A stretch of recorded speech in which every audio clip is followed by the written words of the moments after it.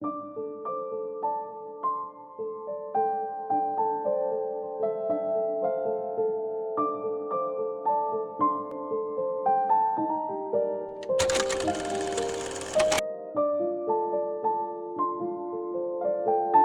সকাল বন্ধুরা। তো তোমরা সকলে কেমন আছো? আশা করছি তোমরা সকলে অনেক ভালো আছো, অনেক সুস্থ আছো। রানাঘাটের ছোট্ট একটা গ্রাম থেকে আমি দীপিকা বৃষ্টি ভেজা একটা মিষ্টি সকাল নিয়ে তোমাদের সকলের সামনে চলে এসেছি। ভিডিওটি প্রথম থেকে শেষ অবধি দেখার অনুরোধ রইল। আশা করছি তোমাদের সকলের অনেক অনেক অনেক ভালো লাগবে। তো চলো তোমাদের সবাইকে সঙ্গে নিয়ে ভিডিওটি শুরু করা যাক। তো চলো দেখতে থাকো। আজকে সকালবেলা ঘুম ভেঙেছে ওই 7টা 15 নাগাদ।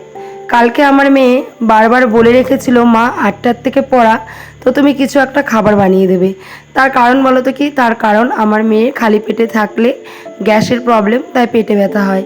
ওই 7টা 15 নাগাদ আচমকা ঘুম ভেঙে দেখি প্রচণ্ড পরিমাণে বৃষ্টি হচ্ছে। তো ওই বৃষ্টিতে কি করব, তাড়াতাড়ি ঘুম থেকে উঠে আগে সকালের বাসি কাজকর্ম না করেই ঘুম থেকে উঠেই কয়েকটা এঁঠো বাসন ছিল সে কটা মেজেই বৃষ্টিতে ভিজে ভিজে স্নানটা করে নিয়েছিলাম। আর স্নানটা করেই অন্বেষার জন্য কয়েকটা ভাত বসিয়ে দিয়েছিলাম, ডিম সেদ্ধ আর আলু সেদ্ধ দিয়ে। তো সেই ভাত খেয়েই ও চলে গেল পড়তে। ও পড়তে যাওয়ার পরে আমি আমার জন্য আর তোমাদের দাদাভাইয়ের জন্য 2 কাপ চা করে নিলাম। বৃষ্টিতে চা খেতে কিন্তু বেশ লাগে।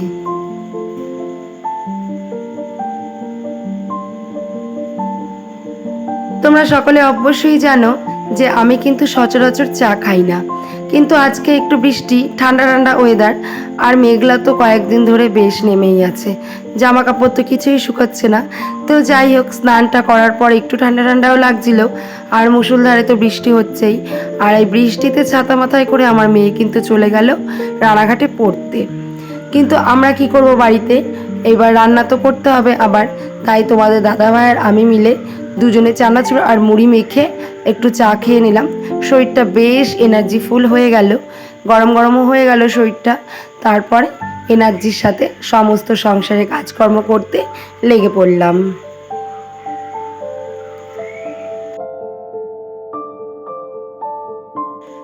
সকালবেলা ভাতের মধ্যে ওই ডিম সেদ্ধ আর আলু সেদ্ধ দিয়ে দিয়েছিলাম, তো ওটাই মেয়েকে খাইয়ে দিয়েছিলাম। এবং সামান্য কিছু ভাত বেঁচেও গেছিলো, সেই বেঁচে থাকা ভাতটা কিন্তু আমার ছেলেকেও খাইয়ে দিয়েছিলাম। 2 ভাই বোনের সকালে খাওয়া দাওয়া হয়ে গেল। এবার নিশ্চিন্ত, ওদিকে আমি মেশিনটাও চালিয়ে দিয়ে এসেছি, আর এদিকে বাসি কাজকর্মগুলো করার কাজে লেগে পড়েছি।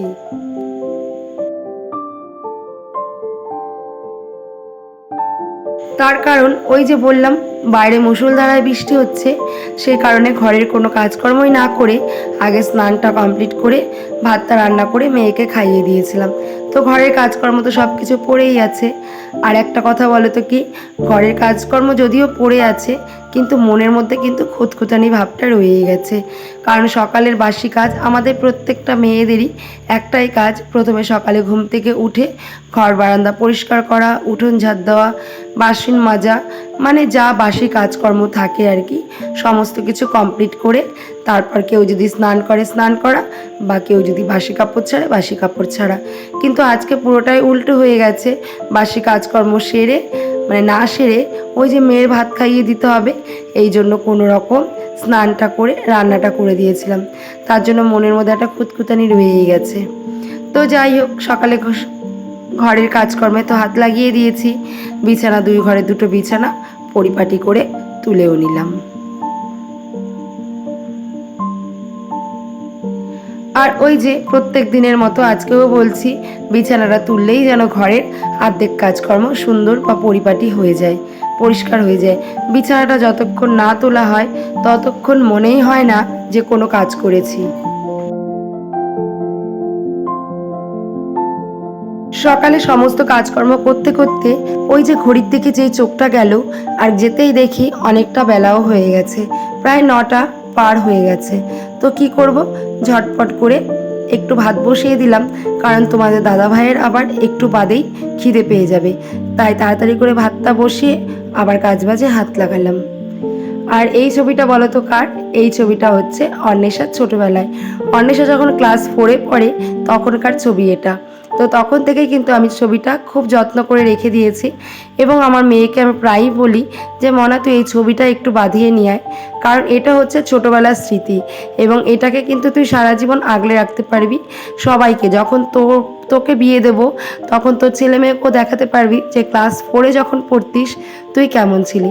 আসল কথা, আমাদের প্রত্যেকটা গৃহবধূ বা প্রত্যেকটা ঘরের মেয়ে বা বউদের ঘর সংসারের জিনিসপত্র গুছিয়ে রাখার দায়িত্ব কিন্তু আমাদের প্রত্যেকটা ঘরের মেয়ে এবং বউদের।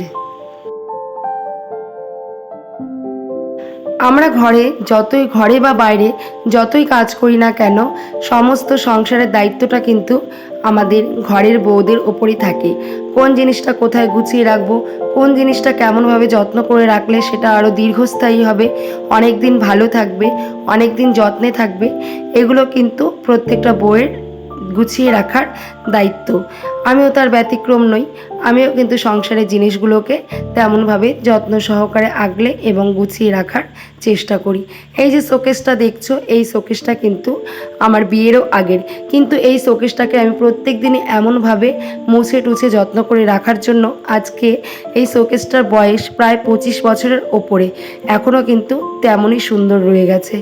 আসল কথা বলো তো কি? আসল কথা হলো, বাড়িতে লক্ষ্মীশ্রী গড়ে তোলার জন্য কঠোর পরিশ্রম করতে হয়। কঠোর পরিশ্রমের দ্বারাই কিন্তু সংসারের লক্ষ্মীশ্রী গড়ে তোলা যায়। আর সেই সংসারে লক্ষ্মীশ্রী আনতে গেলে কিন্তু একটু পরিশ্রম করতেই হবে, কারণ তুমি যদি সংসারে কোনো পরিশ্রম না করো বা সংসারের জিনিসের প্রতি মায়াশীল না হও, তাহলে কিন্তু সেই সংসারে লক্ষ্মীশ্রী কখনোই গড়ে ওঠা সম্ভব নয়। তাই একমাত্র কঠিন পরিশ্রমের দ্বারাই সংসারে লক্ষ্মীশ্রী গড়ে তোলা সম্ভব। তাই কখনো তোমরা মেয়েকে ঘরের বা সংসারের বোঝা বলে ভাববে না, কারণ মেয়েরা বা বউরাই হলো ঘরের বা সংসারের লক্ষ্মী। তাদের দ্বারাই কিন্তু একটা সংসার লক্ষ্মীতাপূর্ণ হয়ে ওঠে। তাই মেয়েদের অবহেলা করে নয়, মেয়েদের মা লক্ষ্মী রূপে পুজো করে সেই সংসারে লক্ষ্মী স্থাপন করতে হবে। আমরা মেয়েরাই কিন্তু দিন রাত সংসারের জন্য বাবা মা পরিবার পরিজন সব কিছু ত্যাগ করে শ্বশুরবাড়িতে একদিন আসি, সেই শ্বশুরবাড়িকে সুন্দর করে নিজের বাড়ি করে তোলার জন্য, এবং বহু লাঞ্ছনা গঞ্জনা কষ্ট সহ্য করে কিন্তু আমরা একদিন এই শ্বশুরবাড়িটাকে নিজের বাড়ি গড়ে তোলার চেষ্টা করি। তার জন্য কিন্তু আমাদের অনেক কঠিন পরিশ্রম করতে হয় এবং অনেক কঠোর সময়ের মধ্যে দিয়ে আসতে হয়। তবুও কিন্তু নিজের বুকে আগলে রেখে শ্বশুরবাড়িটাকে নিজের বাড়ি বলে মনে করে সারা দিন রাত ভালোবাসা স্নেহ মায়া মমতা দিয়ে কঠোর পরিশ্রম করে যাই। তাই তো বললাম যে কঠোর পরিশ্রমের দ্বারাই একমাত্র একটা সংসারে লক্ষ্মীশ্রী গড়ে তোলা সম্ভব। তাই কোনো মেয়েকে অলক্ষ্মী নয়, লক্ষ্মী রূপে পুজো করা উচিত, এবং মেয়েদের দ্বারাই কিন্তু সংসারে লক্ষ্মীশ্রী গড়ে ওঠে।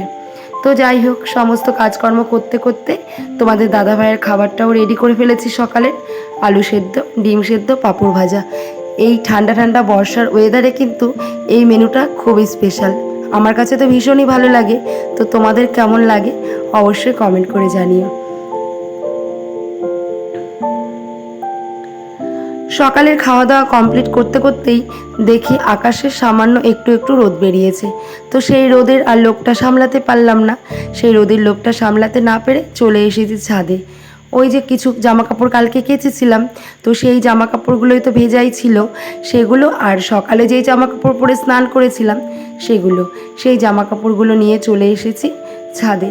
একটা সময় ছিল জামা কাপড় নিয়ে এ বাড়ি ও বাড়ি দৌড়াদৌড়ি করতাম। ভগবানের আশীর্বাদে তোমাদের ভালোবাসায় আজকে কিন্তু সেই দুঃখের দিনটা আমার ঘুচেছে।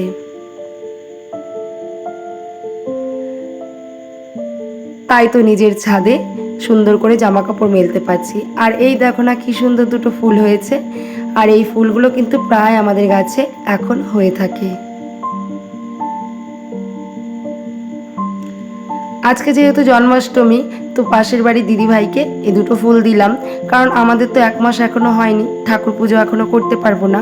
1 মাস হয়ে গেলে অবশ্যই আমি ঠাকুর পাতবো, যতদিন না ঠাকুর পাচ্ছি কিন্তু মনটা ভালো লাগছে না।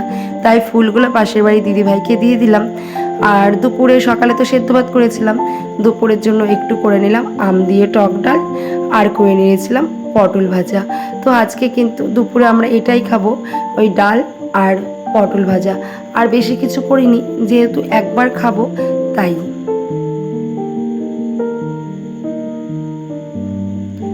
আর ওই যে বললাম আজকে জন্মাষ্টমী, তাই পাশের মন্দিরে প্রসাদ দিচ্ছিল, প্রসাদ নিয়ে এসেছি। চলো তাহলে প্রসাদ খেতে খেতে তোমাদের থেকে বিদায় নিই। ভিডিওটি ভালো লাগলে লাইক করে দিও, কমেন্ট করে দিও, চ্যানেলটাকে সাবস্ক্রাইব করে এই ছোট্ট দিদিভাইয়ের ছোট্ট পরিবারের পাশে থাকার অনুরোধ রইল। তো চলো আজকের মতো এখানেই, টাটা, দেখা হবে আবার কালকে, টাটা।